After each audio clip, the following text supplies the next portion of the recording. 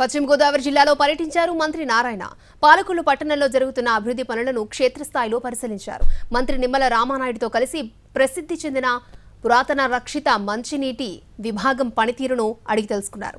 హిందూ శ్మశాన వాటిక, రామగుండం పార్క్, ఎన్టీఆర్ కళాక్షేత్రం, ఎన్టీఆర్ టిట్కో గృహాలను పరిశీలించారు. ప్రతి మహిళ తన భర్త, పిల్లలతో గౌరవంగా బతికే విధంగా ఇళ్లను నిర్మిస్తామన్నారు మంత్రి నారాయణ. ప్రతి మహిళ తన భర్తతో పిల్లలతో ఆనందంగా ఉండే ఇల్లు కట్టు, ఎంత ఖర్చైనా పర్వాలేదు అని చెప్పిన మాట ఒకటే.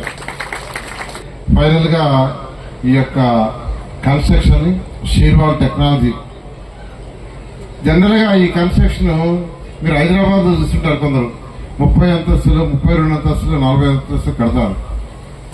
ఆ రోజు 4 అంతస్తుల కంటే ఫస్ట్ అధికారులు వద్దన్నారు.